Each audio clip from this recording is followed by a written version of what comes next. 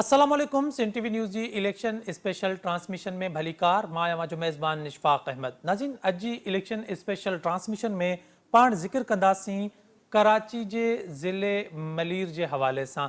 मलीर ज़िलो जेको कराची डिवीज़न में शामिल आहे, हिन ज़िले में हमेशह पाकिस्तान पीपल्स पार्टी कामयाबियूं हासिल कयूं आहिनि, पर हिन ज़िले में डिलीवर छा कयो वियो आहे, वॾा प्रोजेक्ट कहिड़ा आहिनि, हिन ज़िले में जेके माफ़ियाज़ कमु कनि पियूं, उन्हनि हवालनि सां पाकिस्तान पीपल्स पार्टी जी हुकूमत गुज़िरियल 15 सालनि दौरान कहिड़ा क़दम खयां आहिनि, उन्हनि माफ़ियाज़ जूं एक्टिविटीज़ घटाइण जे लाइ पाकिस्तान पीपल्स पार्टी ऐं उतां जी जेका मशीनरी आहे उन कहिड़ा कम कया आहिनि। अचो त अॼु मलीर ज़िले जी सियासी सूरत हाल ऐं उनजो माज़ी में केरु केरु हितां कामयाबु थींदो रहियो आहे उन ते नज़र था विझूं। सभिनी खां पहिरियां ज़िक्र था कयूं त हिन ज़िले में क़ौमी असेंबली जे तकनि जे हवाले सां त हिन ज़िले में क़ौमी असेंबली जी सीटुनि जो जेको अंग आहे उहो हुयो 3।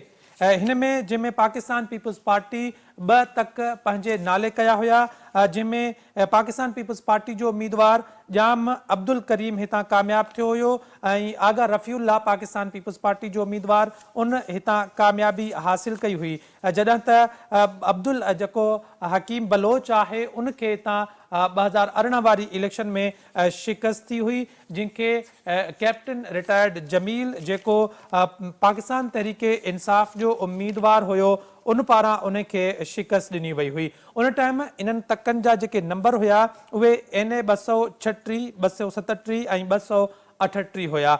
अहिड़ी तरह जेकॾहिं ज़िले में सूबाई तकनि जे हवाले सां ॻाल्हायो वञे त 2018 वारी इलेक्शन में हिन ज़िले में सूबाई असेंबली जा जेके तक हुया उन्हनि जो अंग हुयो 5 ऐं उन्हनि में PS 87 खां शुरू थींदड़ हिननि तकनि में PS 87 ते पाकिस्तान पीपल्स पार्टी जो उम्मीदवार मोहम्मद साजिद जोखियो हितां कामयाबु थियो हुयो, जंहिं सरदार कादिर बख्श खान गबोल जेको PTI जो उम्मीदवार हुयो उनखे हितां शिकस्त ॾिनी हुई। PS 88 2018 वारी इलेक्शन में गुलाम मुर्तज़ा बलोच पाकिस्तान पीपल्स पार्टी जो उम्मीदवार हितां कामयाबु थियो हुयो, जंहिं PTI जे कैप्टन रिज़वान खे शिकस्त ॾिनी हुई। PS 89 मलीर 3 ते पाकिस्तान पीपल्स पार्टी जो उम्मीदवार सलीम बलोच हितां कामयाबु थियो हुयो, जंहिं PTI जे सैयद अली हसन खे हितां शिकस्त ॾिनी हुई। PS 90 मलीर 4 तां पाकिस्तान पीपल्स पार्टी जो उम्मीदवार राजा अब्दुल रज़ाक बलोच हितां कामयाबु थियो हुयो, जंहिं नवाज़ लीग जे शाहिद आराई खे हितां शिकस्त ॾिनी हुई। हाणे जेकॾहिं ज़िक्र कजे 2024 जे हवाले सां त हिन वक़्तु 2023 जी मरदमशुमारी मूजिबि मलीर ज़िले जी टोटल आबादी 24,03,959 आहे, जंहिंमें टोटल वोटर्स जो तादाद 8,24,873, मर्द वोटर्स जो तादाद 4,67,222 ऐं औरत वोटर्स जो तादाद 3,57,651 आहे।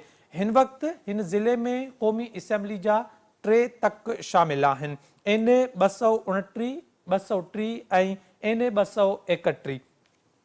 NA 229 ते पाकिस्तान पीपल्स पार्टी जो उम्मीदवार जाम अब्दुल करीम जोखियो आहे, जंहिंजो मुक़ाबिलो आहे नून लीग जे कादिर बख्श कलमती, MKM जी डॉक्टर फौजिया हमीद ऐं PTI जे वली मोहम्मद सां। अहिड़ी तरह NA 230 ते पाकिस्तान पीपल्स पार्टी जो उम्मीदवार आगा रफ़ीउल्लाह आहे, जॾहिं त नून लीग जो उम्मीदवार हिते मुज़फ़र शुजरा आहे, PTI जो उम्मीदवार डॉक्टर मसरूर सियाल ऐं जमाते इस्लामी जो मोहम्मद इस्लाम हिते आगा रफ़ीउल्लाह जो मुक़ाबिलो करे रहिया आहिनि। NA 231 पाकिस्तान पीपल्स पार्टी जो उम्मीदवार अब्दुल हकीम बलोच, जॾहिं त उनजो मुक़ाबिलो गुज़िरियल इलेक्शन 2018 में PTI जे टिकट तां कामयाबु थींदड़ कैप्टन रिटायर्ड जमील अहमद जेको हिन वक़्तु नून लीग जो उम्मीदवार आहे उन सां आहे। उन सां गॾोगॾु PTI जो ख़ालिद महमूद अली, जमाते इस्लामी जो उमर फारूक हिते अब्दुल हकीम बलोच जो मुक़ाबिलो करे रहिया आहिनि। 2024 जी इलेक्शन जे हवाले सां जेकॾहिं ॻाल्हि कजे त ज़िले मलीर में सूबाई असेंबली जा 6 तक शामिल आहिनि।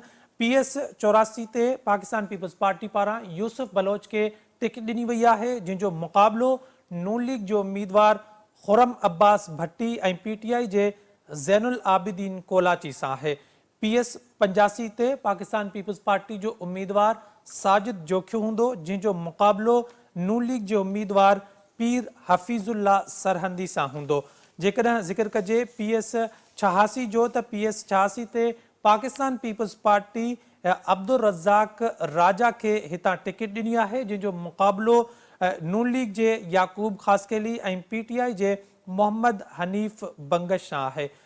PS 87 ते पाकिस्तान पीपल्स पार्टी हिते टिकट ॾिनी आहे मोहम्मद महमूद आलम ॼामोट खे, जॾहिं त उनजो मुक़ाबिलो आहे नून लीग जे उम्मीदवार सैयद महरान शाह ऐं PTI जे ताउस जदौन सां। PS 88 ते सैयद मुज़म्मिल शाह पाकिस्तान पीपल्स पार्टी जो उम्मीदवार हूंदो, जॾहिं त नून लीग जो उम्मीदवार मोहम्मद फ़िरोज़ ख़ान ऐं PTI जो एजाज़ ख़ान सवाती इते सैयद मुज़म्मिल शाह जो मुक़ाबिलो कंदा। PS 89 ते पाकिस्तान पीपल्स पार्टी सलीम बलोच खे टिकट ॾिनी आहे, जॾहिं त उनजो मुक़ाबिलो PTI जे उम्मीदवार एडवोकेट अशरफ सम्मो सां हूंदो। जेकॾहिं ॻाल्हि कजे टोटल पोलिंग स्टेशन जे हवाले सां त मलीर ज़िले में 8 फ़रवरी ते थींदड़ पोलिंग जे लाइ 549 टोटल पोलिंग स्टेशन्स क़ाइमु कयूं वेंदियूं। ही मलीर ज़िले जी सॼी सियासी सूरत हाल जेका माज़ी में केरु कामयाबु थियो आहे, हिन वक़्तु उतां कहिड़ा कहिड़ा उम्मीदवार आहिनि, माज़ी में उहे उम्मीदवार कहिड़ियुनि पार्टियुनि जे प्लेटफॉर्म तां टिकट में इलेक्शन में हिसो वरितो, हिन इलेक्शन में उहे पंहिंजूं पार्टियूं तब्दील करे कहिड़ियुनि कहिड़ियुनि पार्टियुनि में शामिल थी विया आहिनि, इहा सॼी सियासी सूरत हाल ऐं हिन वक़्तु 2024 जी इलेक्शन जे हवाले सां मलीर ज़िले में सॼी सियासी सूरत हाल छा आहे ऐं इलेक्शन में माहौल छा पियो ठहे मलीर ज़िले जे हवाले सां ऐं तरक़ियाती कम कहिड़ा कराया विया आहिनि पाकिस्तान पीपल्स पार्टी पारां, इन सॼी सियासी सूरत हाल ते अॼु जे प्रोग्राम में पाण ॻाल्हाईंदासीं। हिते वक़्तु थियो आहे ब्रेक जो, असां सां गॾु रहिजो।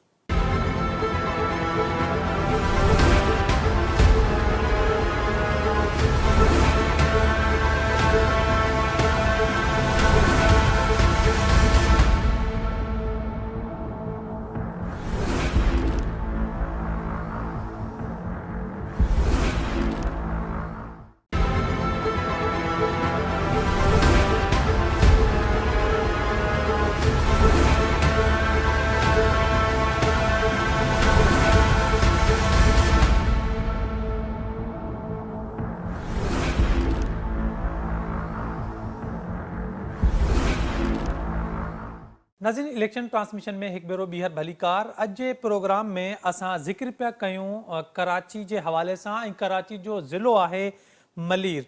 मलीर ज़िले जे हवाले सां अॼु असां पंहिंजे प्रोग्राम में ज़िक्र कंदासीं त मलीर जेको पाकिस्तान पीपल्स पार्टी जो हमेशह खां गॾु रहियो आहे, उन में कम पाकिस्तान पीपल्स पार्टी कहिड़ा कया आहिनि, गुज़िरियल 15 साल जेके गुज़रिया आहिनि ख़ुसूसन उन्हनि में पाकिस्तान पीपल्स पार्टी हितां कामयाबु थींदी रही आहे, उहे क़ौमी तक हुजनि या सूबाई तक हुजनि, उन्हनि ते पाकिस्तान पीपल्स पार्टी अक्सरियत हासिल कई आहे। पर बदकिस्मती सां मलीर जेको शहरी इलाइक़ो आहे या मलीर ज़िले जा जेके ॻोठ आहिनि, उन्हनि में तरक़ियाती कम उन हिसाब सां न थिया आहिनि जंहिं हिसाब सां थियणु खपनि। हा, उनखां अलावा जेकॾहिं ॻाल्हि कजे त मलीर में गुज़िरियल जेके 5 साल रहिया, उन्हनि में मुख़्तलिफ़ ॻोठनि ते जेके आहिनि बिल्डर माफ़ियाज़ जा जेके आहिनि उहे कब्ज़ा उहे बि मीडिया में रिकॉर्ड थींदा रहिया ऐं कहिड़ियूं कहिड़ियूं माफ़िया जेके मलीर डिस्ट्रिक्ट में हिन वक़्तु बि सरगर्म आहिनि, जिन खे हुकूमत या हुकूमती मशीनरी ख़तमु करण में नाकाम रही आहे। उन सां गॾोगॾु ज़िक्र कंदासीं त हिन वक़्तु मलीर ज़िले जी सियासी सूरत हाल छा आहे, छा जीअं गुज़िरियल इलेक्शन में पाकिस्तान पीपल्स पार्टी हितां अक्सरियत हासिल कई हुई, हिन वक़्तु बि सियासी सूरत हाल ऐं सियासी माहौल साॻियो आहे या उनमें का तब्दीली नज़र अची रही आहे। पाण इन सॼी सूरत हाल ते ॻाल्हाईंदासीं। सिंध टीवी न्यूज़ जे रिपोर्टर मीर ज़ुल्फ़कार असांखे जॉइन कयो आहे। मीर ज़ुल्फ़कार, वॾी महिरबानी प्रोग्राम में जॉइन करण जे लाइ। सभिनी खां पहिरियां ॿुधाइजो त हिन वक़्तु मलीर ज़िले जो सियासी माहौल ऐं सियासी हवा अव्हांखे छा पई नज़र अचे, छा अव्हांखे लॻे थो त पाकिस्तान पीपल्स पार्टी लाइ एतिरो ई ईज़ी हूंदो जीअं माज़ी में रहियो आहे? इशफाक़, तव्हांजी महिरबानी, तव्हां जेको आहे मूंखे इन इलेक्शन जे हवाले सां जेको आहे प्रोग्राम में जॉइन करायो आहे। तव्हां जेको सुवाल कयो आहे त मलीर ज़िले जी जेका माज़ी वारी सूरत हाल रही आहे आसानी सां पाकिस्तान पीपल्स पार्टी खटींदी रही आहे। पाकिस्तान पीपल्स पार्टी ज़िले मलीर जो जमायतूं आहिनि, नून लीग, JU आहे, ॿिया जेके उमेदवार आहिनि उहे मुख़्तलिफ़ वक़्तनि PS ते टाइम ॾींदा रहिया आहिनि। में जेको आहे मलीर जा 5 PS हुया ऐं 3 NA हुया। हींअर जेको आहे उन में हिकिड़े PS जो वाधारो थियो आहे, 6 PS आहिनि ऐं 3 NA आहिनि। उन ते पाकिस्तान पीपल्स पार्टी ऐं नून लीग जेका आहे उन में मुक़ाबिलो आहे। जॾहिं त PS जे मुख़्तलिफ़ ॿिनि PS ते ख़ासि तौर पाकिस्तान पीपल्स पार्टी सदाई जेको आहे मलीर जी आवाम सां वचन कंदी रही आहे, उन जी बुनियादी सहूलियतुनि खे ख़तम कंदी ऐं बुनियादी सहूलियतूं बहितर नमूने ॾींदी, मसइला ख़तम कंदी। पर उहे वाइदा जेके आहिनि उहे वाइदा ई रहिया आहिनि ऐं पाकिस्तान पीपल्स पार्टी उन्हनि वाइदनि खे पूरो न करे सघी आहे। इन करे हींअर जेका सियासी सूरत हाल आहे उहा चेंज आहे। मुख़्तलिफ़ इलाइक़नि में जेको आहे पाकिस्तान पीपल्स पार्टी जे मुक़ाबले में जेको आहे नून लीग जा उमेदवार आहिनि जेके अॻु में पाकिस्तान पीपल्स पार्टी में रहिया आहिनि या मुख़्तलिफ़ जमायतुनि में रहिया आहिनि, हींअर उहे उन्हनि नून लीग जमायत जेका आहे जॉइन कई आहे। उहे जेके आहिनि पाकिस्तान पीपल्स पार्टी खे ज़िले मलीर में सख़्तु टफ टाइम ॾेई रहिया आहिनि ऐं जेके वॾा वॾा माण्हू ऐं वॾा वॾा लीडर घरां न निकिरंदा हुया ऐं वर्क लाइ माण्हुनि खे इलाज मिनथू न कंदा हूंदा ऐं सरदार वॾेरा ऐं चङा मुड़ुस उहे हींअर असांखे ॾिसण में अचनि था त दर दर वञनि था ऐं उन्हनि खां वोट घुरनि था ऐं मजबूर आहिनि त उहे पंहिंजे माण्हुनि खे इल्तिजाऊं कनि था त जेको आहे त असांखे वोट ॾियो ऐं कामयाबु कयो। हाणे उन मुक़ाबले जी सूरत हाल आहे। ॾिसूं त मलीर जी आवाम कहिड़ो फ़ैसिलो करे थी, कंहिंखे घटराए थी, उहो त जेको आहे 8 फरवरी ते ई ख़बर पवंदी त सुल्तान केरु थो थिए। बाक़ी हींअर जेको आहे मुक़ाबला सख़्तु आहे। मीर ज़ुल्फ़िकार इहो ॿुधाइजो त माज़ी में अवां मलीर वारनि जेके फ़ैसिला कया आहिनि ऐं जिनखे पंहिंजा नुमाइंदा मुंतख़िब कया आहिनि उहे फ़ैसिला सही साबित थिया या ग़लति साबित थिया? जी, मां पंहिंजी ॻाल्हि त कोन कंदुसि, पर अवाम जी जेका राय आहे उन में अवाम जी अक्सरियत हींअर जेका आहे उहा उन्हनि फ़ैसिलनि ते जेको आहे शर्मिंदा बि आहे ऐं उन पाकिस्तान पीपल्स पार्टी खे तमामु घणी मोहबत ॾींदा चाहींदा हुया। हींअर मलीर जी ॿाहिराड़ियुनि में जिथे अॻु में ॿी कंहिं जमायत जो झंडो कोन हूंदो उते जेको आहे हींअर नून लीग जूं रैलियूं निकिरनि थियूं, नून लीग जा झंडा खॼनि था ऐं मुख़्तलिफ़ हंधनि ते जेको आहे वॾियूं कार्नर गॾिजाणियूं ऐं जलसा पिणु थिया आहिनि। इन करे लॻे थो त जेके माज़ी में उन्हनि जा इहे कयल फ़ैसिला हुया उन्हनि ते उन्हनि खे परेशानी ऐं निदामत आहे त थी सघे थो उन्हनि उहे ग़लति फ़ैसिला कया, पाकिस्तान पीपल्स पार्टी वारनि खे वोट ॾेई कामयाबु कयो, पर उहे जेके आहिनि उन्हनि जी उमेदुनि ते पूरा न लही सघिया आहिनि ऐं हींअर ईंदड़ जेका इलेक्शन आहे उन में थी सघे थो त चूंड नतीजा अञा ॿिया हुजनि। मीर इहो ॿुधाइजो त NA 229 ते पाकिस्तान पीपल्स पार्टी जीअं उम्मीदवार खे टिकट ॾिनी आहे उन सां माज़ी में नाज़िम जोखियो वारो वाक़ियो जेको आहे उहो बि रहियो आहे। अवां सम्झो था त इन तक ते नाज़िम जोखियो वारो फैक्टर जेको आहे पाकिस्तान पीपल्स पार्टी खे नुक़सान ॾेई सघे थो? जी बिल्कुलु, तव्हां सही चयो त जेको आहे त माज़ी में सरदार जाम अब्दुल करीम ऐं उनजे भाउ जाम क़त्ल जो केस जो इल्ज़ाम हुयो। बाद में जेको आहे उन्हनि जे वारसनि खां नाज़िम जोखे जे वारसनि खां माफ़ी तलाफ़ी कई ऐं छटी भरे ॾिनी ऐं उहो खून माफ़ करायो। पर जेको आहे उन में जेके सुञाण धुरियूं आहिनि ख़ासि तौर ते उन में असर पियो आहे, उन वाक़े जो असर पियो आहे, उन जी जेका सालार बिरादरी आहे उन ते असर पियो आहे ऐं जेके बि सियासी सूझबूझ रखण वारा माण्हू आहिनि उहे इन मामले खे ग़लति चवनि था ऐं ग़लति सम्झनि था त उन जो जेको आहे असर मां सम्झां थो त हिन इलेक्शन में ज़रूर 4 आना की 8 आना ज़रूर। मीर ज़ुल्फ़िकार इहो ॿुधाइजो त असां ॾिठोसीं त गुज़िरियल 5 सालनि दौरान मुख़्तलिफ़ मलीर जे ॻोठनि ते बिल्डर माफ़िया जा कब्ज़ा रहिया, उन वक़्तु उतां जे चूंडियल नुमाइंदनि जो किरदारु छा हुयो? चूंडियल नुमाइंदा उन बिल्डर माफ़िया सां गॾु लैंड ग्रैबरनि जा साथारी रहिया ऐं उहे चूंडियल नुमाइंदा उन्हनि जी ब्रोकरी कंदा रहिया चूंडियल नुमाइंदनि जेको आहे उन्हनि लैंड ग्रेबरनि जे मथां हथ रखियो ऐं मलीर जूं जेके बि सरकारी ज़मीनूं हुयूं, देहनि जूं देहूं जेके आहिनि उहे उन्हनि कब्ज़ा कराया, कूड़ा ॻोठ ठाराया ऐं कूड़नि ॻोठनि ते लैंड ग्रेबरनि खे विहारियो। उन मां जेके असीं ॾिसंदा हुआसीं त साइकिल ते ऐं पंधु घुमंदा हुआ, उहे अॼु जेके आहिनि लैंड क्रूज़रनि ऐं वॾनि वॾनि गाॾियुनि ऐं वॾनि वॾनि बंगलनि ऐं वॾनि वॾनि प्रॉपर्टियुनि ऐं करोड़पति लॻा पिया आहिनि ऐं सिंध हुकूमत उन्हनि सां सहकारी रही ऐं जेको आहे वॾा वॾा जेके हिते प्रोजेक्ट बिल्डरनि ठाराया, उन्हनि में घणा जेके आहिनि पाकिस्तान पीपुल्स पार्टी जा जेके अॻूणा चूंडियल नुमाइंदा या हाणे चूंडियल नुमाइंदा आहिनि, उन्हनि बिल्डरनि सां गॾोगॾु भाईवार आहिनि, हिसेदार आहिनि ऐं उन में उन्हनि जा पार्टनरशिपूं आहिनि। पोइ इन करे जेको आहे उन्हनि खे आसानी सां जेको आहे मलीर जे मुख़्तलिफ़ इलाइक़े में ज़मीनूं कब्ज़ा करण ऐं ज़मीनूं मिलण को वॾो मुश्किल कमु कोन हो। ऐं हींअर जेको आहे जेके ॿाराड़ी जूं सूंहं हुयूं, ज़रई ज़मीनूं हुयूं, उहे तबाह थी वयूं। उते जेको आहे ॻोठ ठही विया आहिनि, जाली ऐं बिल्डर जेके आहिनि वॾियूं वॾियूं बिल्डिंगूं ठाराए रहिया आहिनि। जेको कराची जी दिलि मलीर जेको आहे तबाह थी वई आहे ऐं रेती बजरी चोरी उहा पुलिस जी मार्फत ऐं चूंडियल नुमाइंदनि जी मार्फत चोरी थिए थी, जंहिंजे करे उहे माण्हू करोड़पति थी विया आहिनि। पर जेके मिर्ज़ा ज़मीनदार ज़ुल्फ़िकार, आहिनि उन्हनि पाणी जी सतह हेठि अचण जे करे रेती बजरी जो अवां ज़िक्र कयो आहे त मलीर में इहा बि हिकिड़ी माफ़िया आहे रेती बजरी वारी, इन जो सरपरस्त केरु आहे ऐं इन ते हुकूमत कंट्रोल करण में नाकाम छो रही आहे? उन जा सरपरस्त असांजा चूंडियल नुमाइंदा आहिनि। जेकॾहिं चूंडियल नुमाइंदा असेंबलियुनि में आवाज़ उथारनि ऐं पुलिस ते दबाव विझनि, इंतिज़ामिया ज़िलई इंतिज़ामिया ते दबाव विझनि त इहा रेती बजरी जी चोरी बंदि थी सघे थी।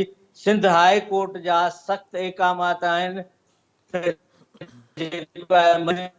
रेती बजरी न कई वञे, पर उन जे बावजूद जेको आहे मलीर ज़िले में ॾींहं ॾिठे जो जेको आहे हज़ारे जेके डंपर आहिनि उहे रेती बजरी माफ़िया कढाए थी।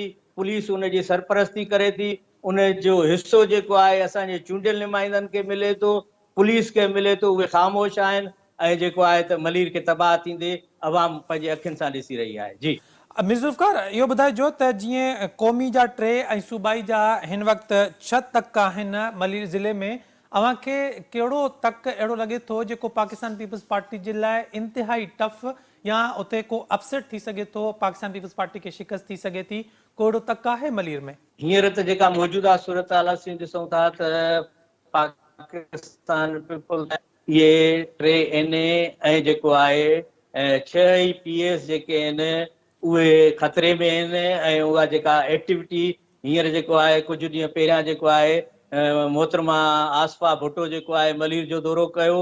अॼु जेको आहे मोटिवेट करण लाइ ऐं वोट ॾियारण लाइ मरकज़ी क़यादत पाकिस्तान पीपल्स पार्टी जो चेयरमैन ज़िले मलीर में दौरो करे थो। उन जे पीपल्स पार्टी जी चेयरमैन बिलावल भुट्टो ज़रदारी जी भेण आसफा भुट्टो जेको आहे हफ़्तो अॻु में मलीर जे माण्हुनि खे जेको आहे मुख़्तलिफ़ चौकनि चौराहनि ते दौरो कंदे इल्तिजाऊं कंदी रही आहे त पाकिस्तान पीपल्स पार्टी जे उमेदवारनि खे कामयाबु कयो। त इन मां तव्हां सम्झी सघो था त मलीर में जेका मौजूदा सूरत हाल आहे उहा इंतिहाई ख़तरनाक आहे पाकिस्तान पीपल्स पार्टी लाइ। पर ख़ासि तौर ते जेको असां ॾिसूं था उहो 229 ते जेको जाम अब्दुल करीम उन जे जेको आहे मुक़ाबले में कादिर बख़्श कलमती जेको बलोच आहे, लोकल आहे, हितां जो माण्हू आहे, उहो जेको आहे उन जे मुक़ाबले में आहे, उहो उनखे जेको आहे सख़्तु टफ टाइम ॾेई रहियो आहे। जॾहिं सलीम बलोच जो जेको तक आहे उते बि जेको आहे उमेदवार आहे ऐं नून लीग जी जेको आहे उमेदवार आहे ऐं MQM जो जेको हिमायत याफ़्ता आहे, उन्हनि जो इतिहाद आहे, उहो उनखे उते जेको आहे टफ टाइम ॾेई रहियो आहे। जॾहिं त उन सां गॾोगॾु जेको हिन जो तक आहे 88 मुज़म्मिल शाह जो, उते बि जेको आहे MQM जो उम्मीदवार आहे हमीद ज़फ़र, उहो उनखे जेको आहे टफ टाइम ॾेई रहियो आहे। उनजी नून लीग हिमायत कई आहे। त इहे जेके सियासी इतिहाद थिया आहिनि उहे पाकिस्तान पीपल्स पार्टी खे जेको आहे हाराइण लाइ थिया आहिनि ऐं उन्हनि जी कोशिशि आहे त पाकिस्तान पीपल्स पार्टी खे मलीर मां जेको आहे शिकस्त मिले। उन ते हू पंहिंजी वर्क ज़ोर शोर सां करे रहिया आहिनि हाणे ॾिसजे त फतेह कंहिंजे नसीब में अचे थी। इन 203 में आगा रफ़ीउल्ला जेको गुज़िरियल टिन्योर में MNA मुंतखब थियो हुयो हितां, उन जे तक जी सियासी सूरत हाल छा आहे? छा उहा सीट पाकिस्तान पीपल्स पार्टी पंहिंजे नाले कंदी या उते बि कुझु मुश्किलातूं पाकिस्तान पीपल्स पार्टी फेस कंदी? बिल्कुलु मुक़ाबिलो आहे। उन सां मुक़ाबले में जेको आहे अॻूणो पाकिस्तान पीपल्स पार्टी जो झूनो सियासतदान मुज़फ़र शुजरा जेको आहे नून लीग जे प्लेटफॉर्म ते जेको आहे आगा रफ़ीउल्ला सां मुक़ाबले में आहे ऐं मुक़ाबिलो आहे, सख़्तु मुक़ाबिलो आहे। ऐं पर जेको आहे हींअर जेके आगा रफ़ीउल्ला आहे उन पंहिंजे माज़ी जे दौर में पंहिंजे ख़ासि तौर ते जेका पख्तून बिरादरी आहे उन जो तमामु घणो हिते कमु कयो आहे। उन्हनि खे जेके सहूलियतूं मुहैया कयूं हर तरह सां उन्हनि सां ॾुख सुख में साथ ॾिनो आहे। त इन करे जेको आहे त हू मुतमिन आहे त थी सघे थो त हुनखे एतिरी तकलीफ़ न थिए। पर उन जे बावजूदि पाकिस्तान पीपल्स पार्टी जो अॻूणो झूनो सियासतदान मुज़फ़र शुजरा जेको हिन नून लीग जे प्लेटफॉर्म तां हुन सां मुक़ाबले में आहे त उहो ज़रूरु उनखे मुश्किलातूं ॾेई सघे थो। मीर इहो ॿुधाइजो त डिप्टी मेयर कराची सलमान अब्दुल्ला मुराद उन जो ताल्लुक़ अवां जे ज़िले सां आहे। ही बरसात जेका पई आहे कल 3 ॾींहं, इन में मलीर त सफ़ा साफ़ हूंदो, मलीर में त किथे पाणी वग़ैरह न बीठो हूंदो? इहे त लतीफ़े जे मेयर ज़रूरु आहे कराची जो ऐं हुन पंहिंजे तरफ़ां कोशिशि बि ज़रूरु कई हूंदी। मुख़्तलिफ़ DMCs में हू वियो हुयो, चेयरमैननि सां मीटिंगूं बि कयूं हुयूं ऐं पाणी जे निकाल लाइ उन हुकुम बि जारी कया हुया ऐं कल्ह सॼो ॾींहुं मलीर जे दौरे ते बि हुयो। पर उन जे बावजूदि तव्हांखे ॿुधाईंदो हलां त मलीर जी जेका इंफ्रास्ट्रक्चर आहे उहो तबाह आहे। मुख़्तलिफ़ जेके पुराणा ॻोठ आहिनि उन्हनि में सहूलियतूं कोन्हनि के, रोड रस्ता कोन्हनि के, गंद किचिरो जाम आहे। हींअर जेका बरसाति पई आहे उन जा फुटेज मूं तव्हांखे कल्ह न्यूज़ जे हवाले सां मोकिलिया, उहे तव्हां ॾिसंदव त उहो पाणी, उहो गंद किचिरो हिन जी कारकर्दगी ज़िंदा सबूत आहे। ऐं जेको आहे उन हवाले सां मलीर जो अवाम उन जे बावजूदि एॾनि तकलीफ़ुनि जे बावजूदि बि जेकॾहिं पाकिस्तान पीपल्स पार्टी खे वोट ॾिए थो त इहा पाकिस्तान पीपल्स पार्टी जी ख़ुशकिस्मती हूंदी ऐं पाकिस्तान पीपल्स पार्टी खे उन वोट जो क़दुरु बि करणु घुरिजे ऐं उन्हनि माण्हुनि जी ख़िदमत करणु घुरिजे जेके सदाईं पाकिस्तान पीपल्स पार्टी खे वोट ॾेई कामयाबु कनि था। पर उहे अॼु ॾींहं ताईं जेको आहे उन्हनि बुनियादी सहूलियतुनि खां महरूम आहिनि जेके हिकु तरक़ी याफ़्ता छा पर तरक़ी पज़ीर जेके मुल्क हूंदा आहिनि उन्हनि जी आवाम खे मिलणु खपनि।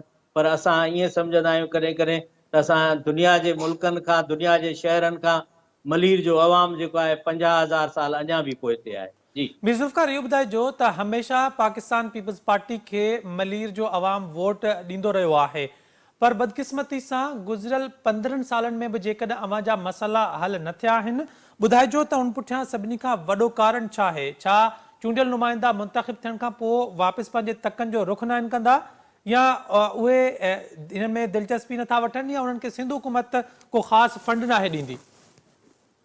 मां सम्झां थो त सिंध हुकूमत सदाईं मलीर खे अहमियत ॾिनी आहे। स्पेशल पैकेजिस ॾींदा आहिनि, मलीर पैकेजिस ॾिना आहिनि, अरबे रुपए जा मलीर खे पैकेज मिलिया आहिनि। पर अफ़सोस सां चवणो थो पए त असांजे चूंडियल नुमाइंदनि जी अदब दिलचस्पी चऊं, करप्शन चऊं या वरी जेको आहे मलीर जी आवाम जी बदनसीबी चऊं, उहे अरबे रुपए जी जेके बजटूं अचनि थियूं ऐं मलीर जे जेके 3 DMC आहिनि उन जूं बि जेके आहिनि अरबे रुपयनि जूं बजटूं।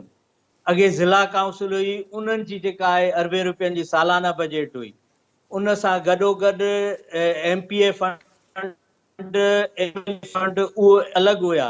पर उन जे बावजूदि जेको आहे मलीर जा ॻोठ, वाहण वसंदियूं, माहीगीर वसंदी, इब्राहिम हैदरी, रेड़ी, गॾा ऐं ॿिया जेके इलाइक़ा आहिनि उन्हनि में हली करे तव्हां माण्हुनि जी हालत ॾिसंदव त औरतूं जेके आहिनि मथे ते मटका खणी पाणी भरण ते मजबूर आहिनि ऐं जेको आहे मर्द वीचारा जेके आहिनि उहे सॼो ॾींहुं महिनत मज़दूरी करे अचनि पर राति जो न उन्हनि खे जेको आहे आराम करण लाइ बिजली मिले, न सुबुह जो नाश्ते लाइ गैस मिले ऐं असांजा चूंडियल नुमाइंदा असेंबलियुनि में ख़ामोश तमाशाई थी करे चुप करे वेठा हुजनि त मां सम्झां थो त इहा मलीर जे अवाम जी बदनसीबी हूंदी पर मलीर जी अवाम उन जे बावजूद पाकिस्तान पीपल्स पार्टी खे इज़त ॾिनी आहे, सदाई मान ॾिनो आहे, पर उन जी भेट में उन जी मोट में जेको आहे उन चूंडियल नुमाइंदनि अवाम खे धोखो ॾिनो आहे, परेशानी ॾिनी आहे, तकलीफ़ूं ॾिनियूं आहिनि। जी मीर ज़ुल्फ़िकार, इहो ॿुधाइजो त गुज़िरियल 15 सालनि जी जेकॾहिं ॻाल्हि कजे त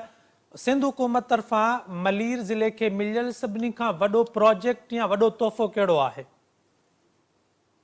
जी, मलीर जे हवाले सां जेको आहे मुख़्तलिफ़ प्रोजेक्ट मिलिया आहिनि, स्टेडियमियूं ठहियूं आहिनि, ऐं उन सां गॾोगॾु मलीर हाईवे ठहे पियो, ऐं उन सां गॾोगॾु नेशनल हाईवे ठहियो आहे, मुख़्तलिफ़ कम बि थिया आहिनि। ईअं न आहे त मुख़्तलिफ़ हंधनि ते कम बि थिया आहिनि, पर जेका मुख़्तलिफ़ हंधनि ते कम थिया आहिनि उन खां ॿीणो जेको आहे मलीर जी अवाम खे मुख़्तलिफ़ मनसूबनि सां नुक़सान बि पहुता आहिनि। बेरिया जे हवाले सां तव्हांखे ॿुधायूं त 1000 एकड़ जेका आहे ज़मीन, उहा जेको आहे सिंध हुकूमत उन्हनि खे ॾिनी। उतां जा ज़मींदार परेशान थिया। प्रोजेक्ट हलनि था, वॾा वॾा जेके हाउसिंग जी स्कीमूं हलनि थियूं, उन्हनि में जेके मक़ामी ज़मींदार आहिनि उन्हनि जी ज़मीनूं खसियूं वयूं, उन्हनि जा जेके ज़मीनुनि मां रस्ता रोड ठहिया उनजो उन्हनि खे मुआवज़ो न मिलियो। इन करे जेको आहे मलीर जो अवाम इन करे ई परेशान आहे त उन मसइला आहिनि उहे हल थियणु खपनि, उहे अञा ताईं हल न थी सघिया आहिनि। मीर ज़ुल्फ़िकार, हिकिड़ो तक हुयो क़ौमी असेंबली जो जेको 2018 में पाकिस्तान तहरीक इंसाफ़ पंहिंजे नाले कयो हो, जेको अब्दुल हकीम बलोच खे शिकस्त ॾिनी वई हुई पाकिस्तान तहरीक इंसाफ़ जो उम्मीदवार पारां। हिन वक़्तु उते सियासी सूरत हाल छा आहे? छा पाकिस्तान पीपल्स पार्टी सीट कढण में कामयाब थींदी, या अवां सम्झो था त का ॿी पार्टी हिते उहा सीट कढण में कामयाब थी वेंदी?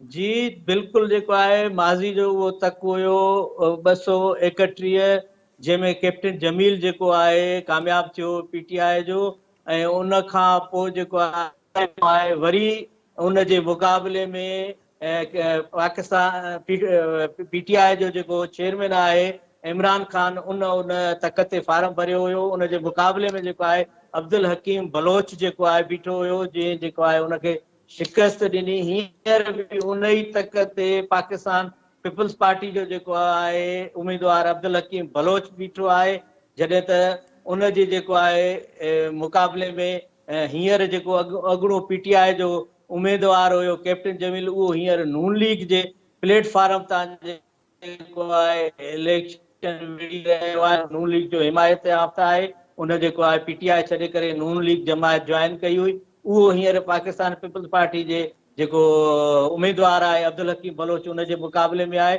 इन्हनि ॿिन्हिनि जे विच में जेको आहे हींअर सख़्तु मुक़ाबलो आहे, ऐं ॾिसजे त अवाम कंहिंखे जेको आहे पसंदि करे थी ऐं मीर, कामयाब करे थी। आख़िर में पंहिंजो तज्ज़ियो ॿुधायो त पाकिस्तान पीपल्स पार्टी मलीर मां 3 क़ौमी मां घणियूं सीटूं ऐं 6 सूबाई तकनि तां घणियूं सीटूं पंहिंजे नाले करे सघे थी?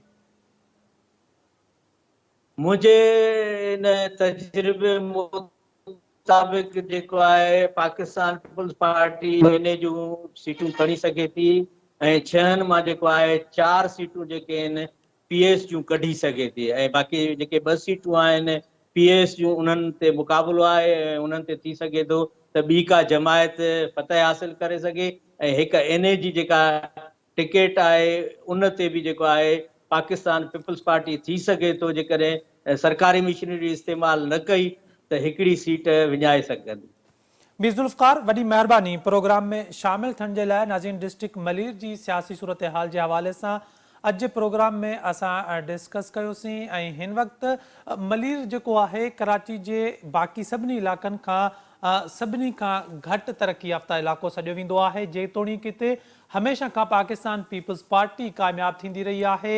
माज़ी जो जेकॾहिं रिकॉर्ड खणी ॾिसिजे त हिते पाकिस्तान पीपल्स पार्टी क़ौमी ऐं सूबाई तक पंहिंजे नाले कंदी रही आहे, पर पोइ बि उहा पाकिस्तान पीपल्स पार्टी उते के वॾा प्रोजेक्ट के बहितर मनसूबा बंदी उन ज़िले जे लाइ न कई वई आहे। हीउ उहो ज़िलो आहे जेको कराची शहर सां गॾियल हिकिड़ो आहे, जिन कुछ आबादी शहरी आबादी आहे ऐं कुझु ॻोठ मलीर ज़िले में शामिल आहिनि, पर ॻोठनि जी सूरत हाल इहा आहे त हितां जा कराची जा जेके बिल्डर माफ़ियाज़ आहिनि उहे मुख़्तलिफ़ ॻोठनि ते पंहिंजा प्रोजेक्ट जेके आहिनि उहे इस्टेब्लिश करण जे लाइ उन्हनि ॻोठनि ते कब्ज़ा कया विया, पर उन वक़्तु बि हुकूमती मशीनरी जेका आहे उन्हनि ॻोठणनि सां गॾु बीहण जे बजाए ॿिए पासे बीठल असांखे नज़र आई। उते मुख़्तलिफ़ माफ़ियाज़ जो जेकॾहिं ज़िक्र कजे त उहे हिन वक़्तु बि एक्टिवली उते कमु कनि पियूं, पर उते जेके चूंडियल नुमाइंदा हुकूमती मशीनरी उहा ख़ामोश तमाशाई बणियल आहे,